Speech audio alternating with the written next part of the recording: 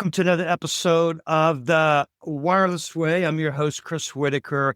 And as always, I'm grateful you're here to check this out. I'm even as grateful for Evan Kirstel. He's a B2B social media maven, a tech industry storyteller, and trusted partner to the global technology brands.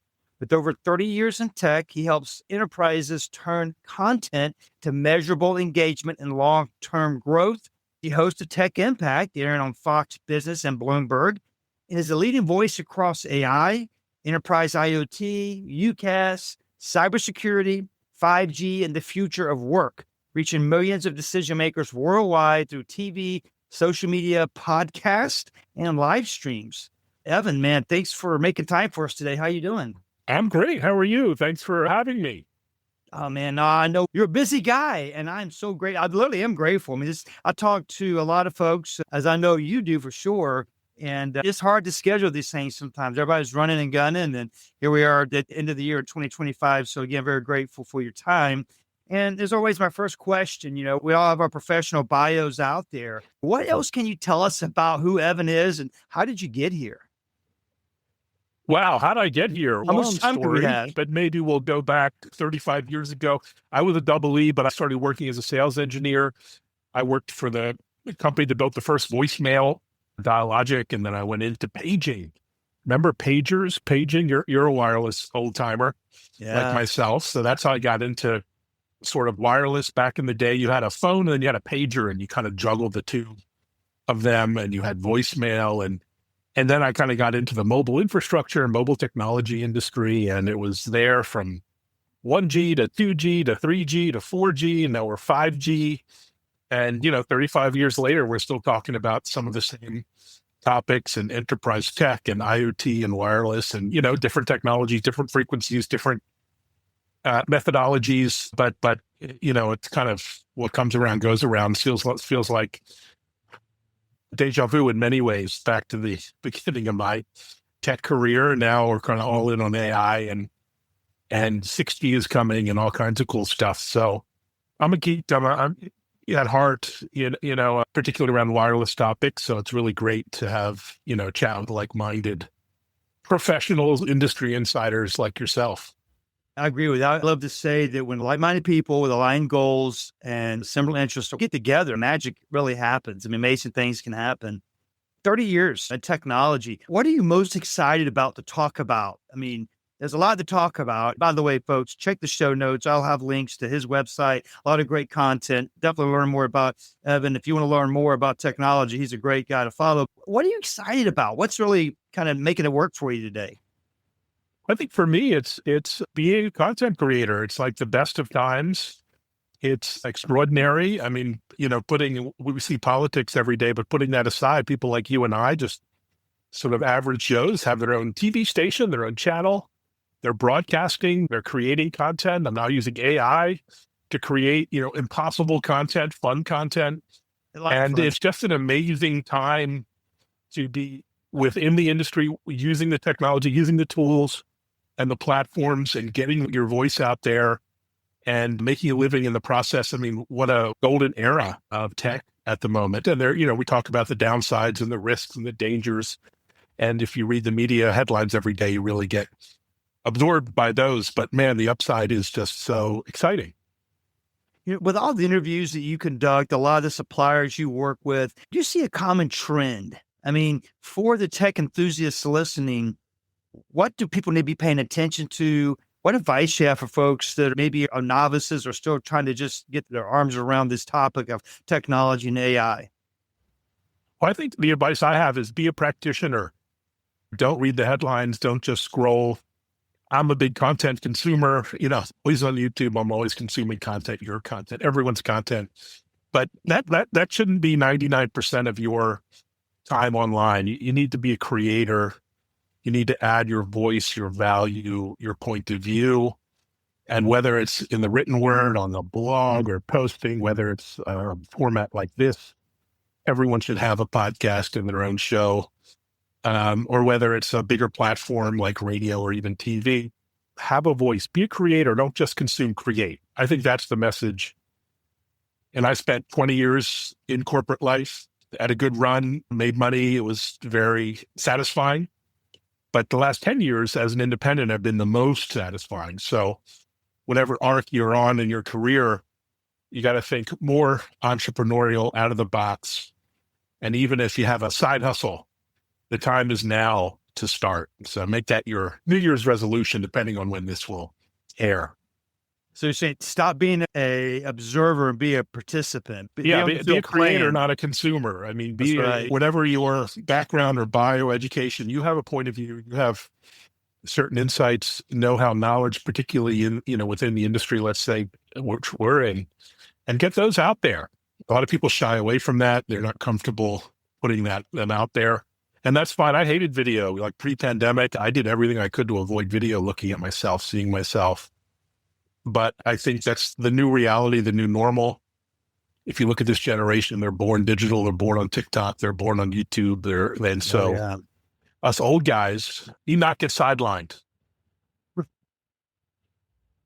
So do you find yourself interviewing folks more or being interviewed yourself? What's the ratio? I have a daily podcast. So, God, I'm not that interesting. I tell people, like, whatever you put out there, you're not the most interesting person in the room. Sorry, Chris, sorry. I agree. The way I manage to have a daily show is just by finding the most interesting and informative people I can find and ask them deep questions and giving them a platform. And I learn a lot. That's how I learn, through that style. It's a tremendous opportunity to learn from others, to connect, even if you're in sales and marketing, to sell or market through this channel. That's how I learned. So after probably 2,000 interviews over different channels, I feel like I have a whole new education just from talking with and asking questions of others. Interesting. Is there any one takeaway you have from thousands of interviews? I mean, what I'm thinking, you were talking about being a podcaster and being a content creator. For me, this exchange, having you for 20, 30 minutes just to talk to and pick your brain is invaluable to me. That's how I learn too. That's how I try to collect information. Is there anything else for you personally? Is there any trends or observations you have with all the different people you've talked to over time that you can share with us? Yeah, I think the ability to learn, and, I've been out of school for 35 years. Learning is as important now as it ever has been or will be. Using the AI tools that are out there to learn, to satisfy your curiosity, to always be learning through whatever channel, whether it's books, whether it's audiobooks or podcasts or YouTube shows. So having a curiosity and a voracious appetite for learning and asking questions, I think that's what is enabling folks to succeed in this new economy. It's not enough to have your qualifications from 20 years ago and your certificates. Even if you're an engineer, it's not enough these days. So find that mode of learning that works for you and embrace it. You got to do it. Otherwise, in this AI age, you're really going to fall behind, because knowledge is no longer enough. It used to be knowing a lot of stuff got ahead, right? If you knew a lot of stuff, you were different from the next person. Anyone has access at their fingertips to everything now. So that knowledge is no longer enough. Information it's you have to know is more than your brain almost can hold, it seems like, right? I mean, there is a lot to know. In my day job, we do these things called AI master classes, where we take these technology architects on this journey of how to position, sell, do these AI assessments, understanding where the end user, where are they on their AI journey. You have any thoughts on sharing advice or observations around where are we with AI? Is this something to be scared of? Is this something to embrace? So any other thoughts on AI in business and where you're seeing it to make a difference? No, it's a huge multiplier effect. I mean, just take a little example of this podcast. AI can format that into a video for 5 different channels. It can find the interesting clips and talking points and post that on social channels. It can edit and record the audio from the video and publish it on, 20 different podcast channels. It can create a really interesting blog based on the discussion and talking points, and on and on. So all of a sudden, one discussion turns into 20 pieces of content. And that's just one little example. So every SaaS app that you try now, every iPhone app is going to have AI infused and empowering it in ways that are really new and novel. So it's giving us all these superpowers. And whether you're a field technician out, repairing at a site, or whether you're making content, you're going to have these superpowers, but they're not always obvious. You have to try and discover them and leverage them in new and different ways, and then share that with your colleagues or collaborators. Collaboration is more important than ever. Learning, as I said, is more important than ever. And just being open to doing things differently, more important than ever. I suspect in a couple of years, my avatar is going to have a podcast with your avatar, your digital twin, and it will have a great podcast without ever even having to show up. So that's just an example of how everything is changing. Of your last dozen or so interviews and contents you created, do you have a favorite? I mean, do you have like a favorite go-to topic that you just really prefer over anything else? Yeah, I love big thinkers. I love people making big impacts. I had the head of IT and CIO for TCS, who had the world's largest hackathon internally, something like 600,000 employees. If you can imagine that. Not just techies and developers, but all employees, like building and low code and no code, building apps and trying them out and learning. So that was really interesting. But I love people really making impact in a meaningful way, doing things that no one's done before. In the UK and Ireland, you can actually get, unlike here in the US, most places, you can get a coffee delivered to your porch anywhere in Ireland right now via drone. And so, there are people changing the way we work and live and experience reality in medicine and healthcare. Just so many breakthroughs happening quietly behind the scenes. They don't make the headlines of the Wall Street Journal, but new cancer drugs being developed, new novel therapeutics, digital health apps. I mean, there's like a quiet revolution happening beyond all the hype about LLMs and data centers and the cool stuff. There's a quiet revolution happening in the background that's going to make our lives much better. Yeah, I think it's never been a better time to be alive in terms of technology, all the things you mentioned, working in technology. I mean, it makes me cringe sometimes when I go to an event, I'm introduced as a wireless expert, because what's the saying? The more you learn about something, the more you realize what you don't know. I've been diving into your knowledge around wireless technology and 6G. I was talking with an engineer from NVIDIA recently, a month or so ago, and he was telling me they're actively working on all the different protocols for 6G, sub 10 milliseconds latency, more throughput, AI at the edge. I mean, all kind of cool things going on. He said something I thought was pretty interesting, and I happen to agree. It's not going to be that much longer, maybe 5 to 10 years, where that last mile will be wireless. I mean, what are your thoughts on that? Yeah, it's an amazing revolution. Family has a cabin up in New Hampshire, and they have a 5G fixed wireless, way cheaper, way more performant than cable, way better customer experience.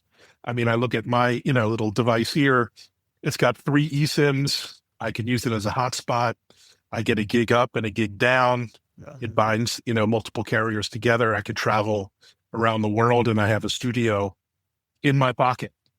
So for as much, abuse as 5G gets for not delivering on this promise of, telesurgery and remote applications that maybe it overpromised on, it's amazing to see, once you have perspective of where we were, 5 years ago, 6 years ago, 10 years ago, and where we are now with devices, with speeds and uplinks and downlinks, with satellite, the fact that I can take this or my Apple Watch out in the wilderness, or God forbid, in an accident, and get a service or emergency services in the middle of nowhere up in New Hampshire.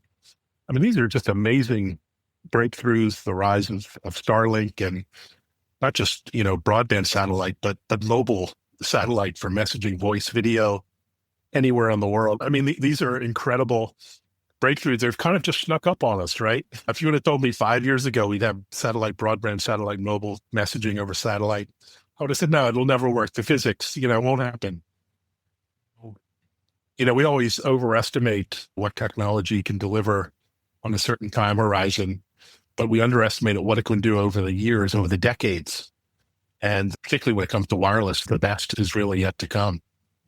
Yeah, it reminds me of a friend of mine, Greg Plum. He did a TED talk on what would George Jetson think of where we are today. His thesis was that the cartoon, The Jetsons, George Jetson was born around this time.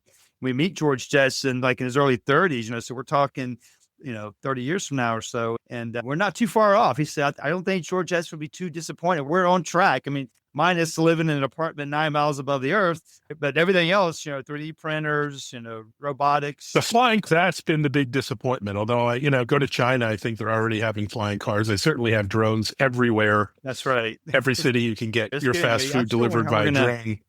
Yeah, keep them from wrecking or crashing. Gosh, well, Evan, I know we kind of just scratched the surface on so many topics. And again, if you're listening, check the show notes. There's so much more to learn from Evan.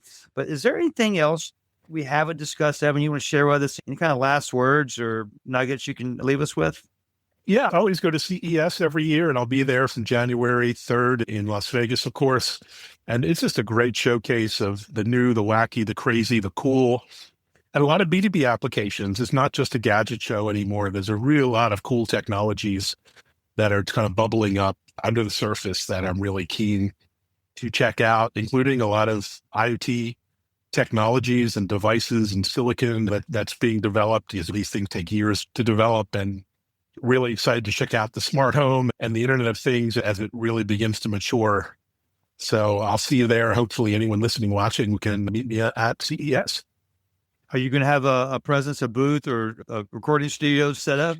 No, just this thing with a gigabyte up and down. You get fantastic coverage, and with a mic, a ring light, and a tripod, you're a studio, right? Who needs a booth, or who needs, a podcasting office or something? It'll be an amazing time to cover and explore the event.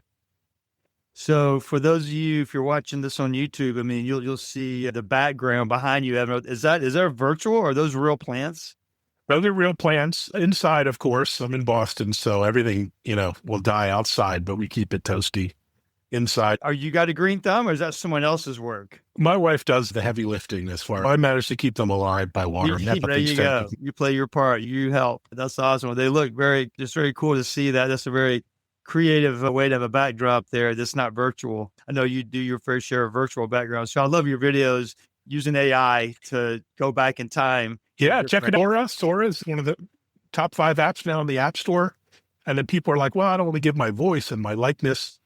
But if you ever had ambitions to be a TV star or a movie star, you can get in there, you can create pretty much anything, So for good and bad, we call it deep fakes, but there's a positive, fun, uplifting, educational side to that. And I think people who embrace it in a positive way are going to have fun and do some good work.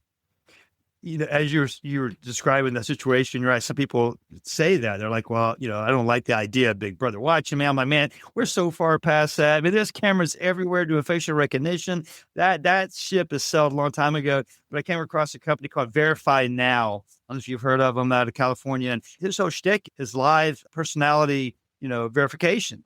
And he was telling me how, even major universities, people are applying for scholarships. Bots are applying for scholarships and getting them.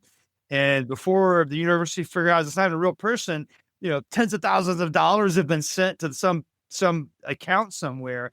But he's talking about how now, a lot of these universities and credit card companies and high dollar, if you're like buying $100,000 Rolex online, you have to submit your government issued ID.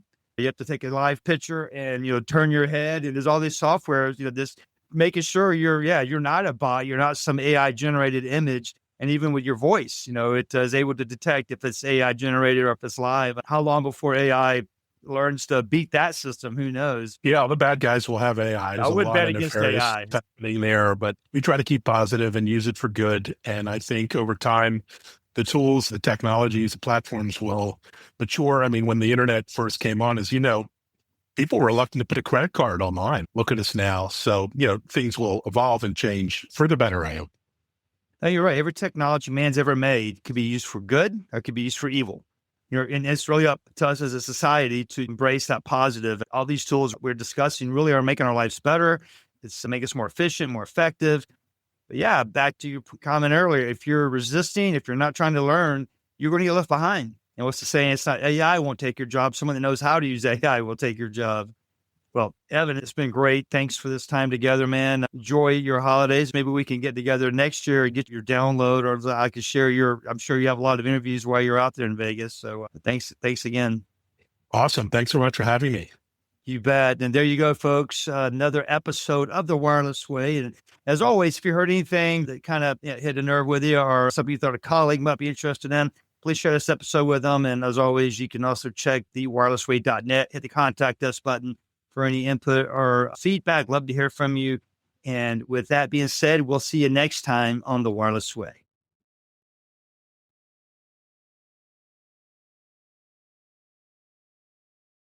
Imagine the power of a single cell phone, just one small device destined for more than just calls. I'm talking about cell phones for soldiers. Your retired phone can be a lifeline for veterans and heroes truly in need.